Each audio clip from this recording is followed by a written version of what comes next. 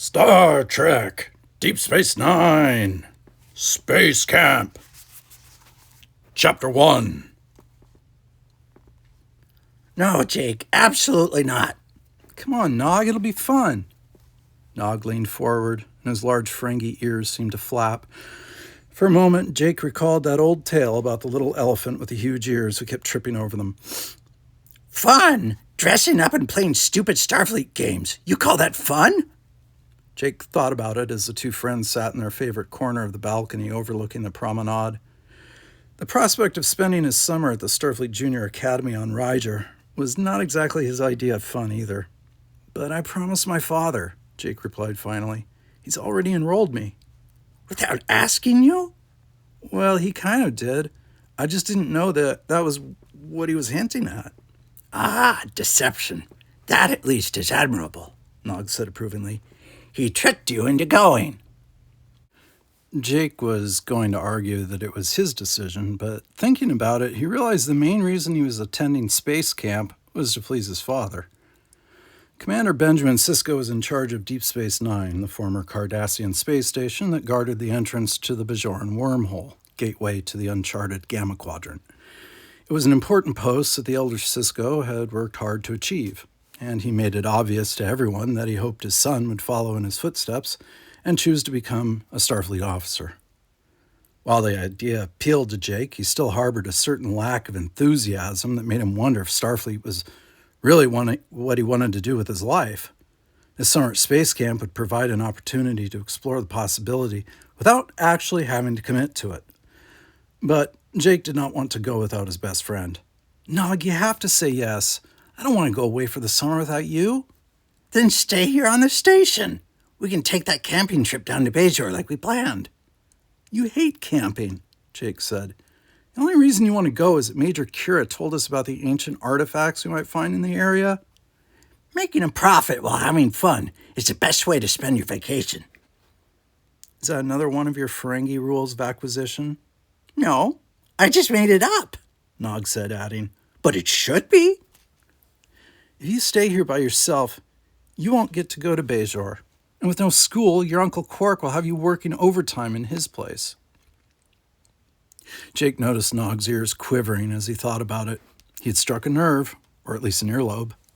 Nog was silent for a long time. Then, finally, he came to a decision. Okay, I'll go. Good coffee. Boy, do I need it today. Okay. Convincing Benjamin Sisko to nominate Nog to space camp proved more difficult. Jake knew his father had probably used Federation favors to get him admitted, and would be reluctant to do it again, especially for a Ferengi who probably couldn't care less about ever joining Starfleet. Yeah.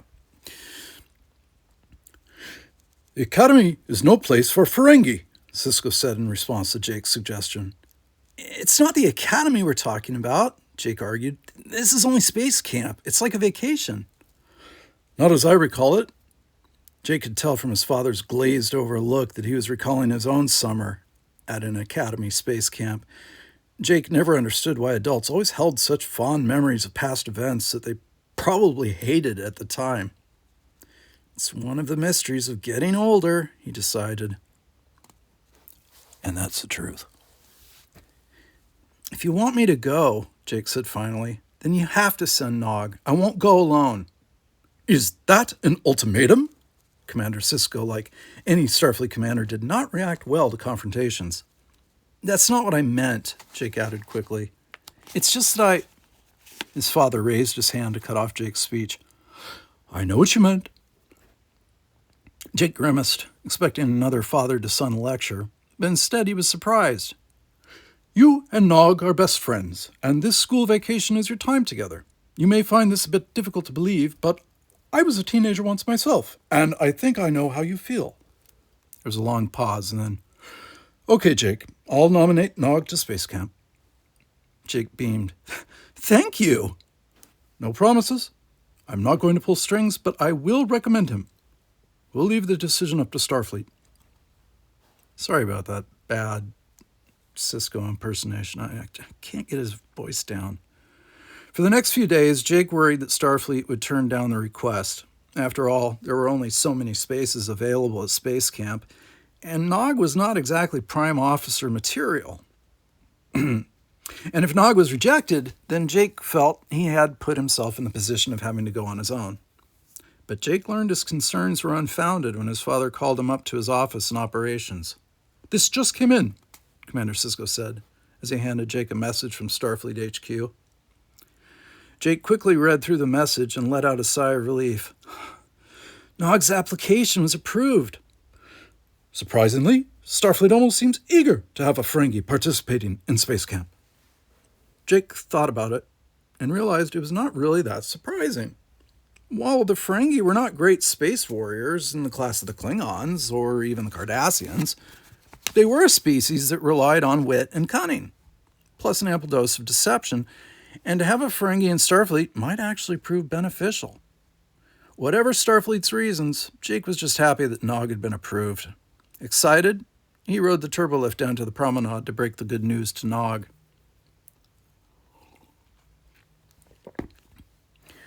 Just because I'm attending their silly space camp doesn't mean I'd ever consider dressing up in a Starfleet uniform for real, Nog said when Jake told him the news over Java cones at Quark's. "Don't knock it until you tried it," Jake replied. "You might even like it." "No chance," Nog said as he slurped the sweet, honey-like nectar coating off his cone. He threw a cautious glance over his shoulder at Quark, who was totaling up the morning's profits. It was early afternoon and business was slow. "I'd better tell Uncle Quark." "Shouldn't you tell your father first?" Nog shook his ears. "No, he won't care. If I want to go, then he'll accept it. He's my father. But my uncle's another matter. He'll probably consider this an affront to Ferengi tradition." When Nog had finished his cone, he got up and slowly walked over to face Quark. Jake accompanied him for moral support, certain that Quark would do his best to talk Nog out of going. But Quark's reaction turned out to be the exact opposite of what Jake had anticipated. "I'm delighted," Quark grinned broadly as he clapped a hand on Nog's shoulder after Nog had blurted out his intentions. "You are?" "Of course I am. To be invited to space camp is a real honor." "You don't mind that I'm going?" Nog asked, still in obvious shock. "Why would I be? A Ferengi's presence is just what Starfleet needs to shake them up a bit." Quark poured 3 large Solarian shakes and set them on the bar.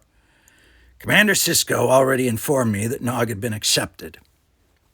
Jake wasn't surprised at that. His father would have expected Quark to pop his ears over the prospect and probably wanted to smooth Nog's path, but that didn't appear to have been necessary. "By the way," Quark told Nog, "before you leave, stop by my quarters. I have a little going-away present for you."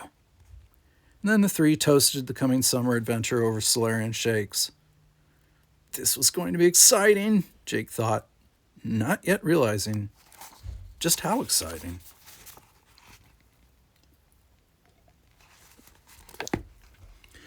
Chapter 2. 6 days later, like a sleek silver arrow, a station runabout sped away from Deep Space Nine and the Bajoran star system. Silently, it streaked through the dark interstellar night en route to Ryger. Chief Engineer O'Brien was piloting. Jake and Nog were the only passengers. "You're going to have a great time," O'Brien told the boys. "That's what my dad keeps telling me," Jake replied. Nog remained silent, and from the look on his face, Jake wondered if his Ferengi friend wasn't already regretting his decision to come. And they hadn't even arrived. "I'm surprised Commander Sisko didn't want to fly you to Ryger personally," O'Brien said. "Professor Kayla is in charge of Space Camp. He was my father's teacher when he was at the academy. I think he wanted to make sure I didn't get special favors." "From the stories I've heard about Kayla, you don't have to worry about that," O'Brien replied. "He's a strictly by-the-book man." "Unfortunate," Nog mumbled. "I could have used a few extra favors." "Come on, Nog," Jake said. "It's not going to be so bad." "You're saying," Nog whispered to Jake, "about it not being so bad?" "Quiet in ranks," a loud voice boomed. The senior cadet who'd introduced himself as Wingate, he hadn't bothered to give his first name, glared at Nog. This was not exactly the reception Jake had anticipated. There were 8 of them standing under the sweltering Rygeran sun. They'd been assigned to one of 4 cadet novice teams. There were 32 campers in all, making up a diverse collection of species. They were all teenagers, though that fact wasn't apparent from the look of some of the alien types. Swat, the squat boy from Algeron, had skin that reminded Jake of rusted iron and a physique that was more rhinoceros than human. Fortunately, he had a gentle disposition. But even if Swat hadn't, Wingate, who was a stocky Terran, only a few years older than the rest of them, would not have been intimidated. Nothing would intimidate him, Jake thought, as he marveled at the force of will Wingate exercised over the group. Lord. He was a second-year Academy cadet, a real cadet, but he acted almost like a Starfleet officer. There was a quiet strength about him, much like his father's, that Jake admired and hoped to emulate. Maybe Jake was Starfleet material in spite of his doubts. "Stargazing again, Mr. Sisko!" Jake snapped out of his thoughts and found himself looking into Wingate's steel-gray eyes. No. Yes, sir, I was." "I appreciate your honesty," Wingate replied, "but I'd rather have your attention." "Yes, sir." Wingate threw a quick glance at the others. Anyone who wanted to snicker at Jake's distress quickly swallowed that impulse. Wingate stepped backward and paused to contemplate the 8 teenagers who stood uneasily in front of him. "At ease," he said. With an almost uniform sigh, they did. But Jake noticed that no one was too much at ease. "I'm not sure why any of you are here," he continued. "Some of you want to become Starfleet officers. Others are probably here simply to please their parents. Some of you may not have wanted to come here at all. Well, let me assure you that before the week is out, the first week, all of you will wish you weren't here." While Wingate described the hardships that they were about to face, spending very little time on the fun and adventures that awaited them, Jake took the opportunity to study the rest of his team. There were 5 males and 3 females in their group. In addition to Nog, Twat, and himself, there was a tall, skinny Orion youth named Hajar and Cam, a young Klingon who looked like most Klingons Jake had encountered, as though he'd started bodybuilding exercises in nursery school. The 3 females consisted of a tall Andromedan named Sorex and Missy, the daughter of a Sri Lankan Starfleet lieutenant. And then there was Dian from Beta Z. Jake was intrigued, attracted would have been a better word, by this pretty young Betazoid. She wasn't what would by human standards be considered a ravishing beauty or even a Dabo girl. Yet she radiated a kind of serenity that Jake found strangely unsettling. From the glances that Nog threw her way, it was obvious he was rapidly becoming infatuated, which was a seemingly constant state among Ferengi males when it came to females of almost any species. "She can chew my food anytime," Nog whispered when he thought Wingate wasn't paying attention. "Care to share your comments with the rest of us?" Wingate turned and addressed Nog. He must have a third eye in the back of his head, Jake thought, or else his hearing is as cute as a Nakorian swamp cat's. Just telling my friend Jake how lucky we are to be here," Nog mumbled.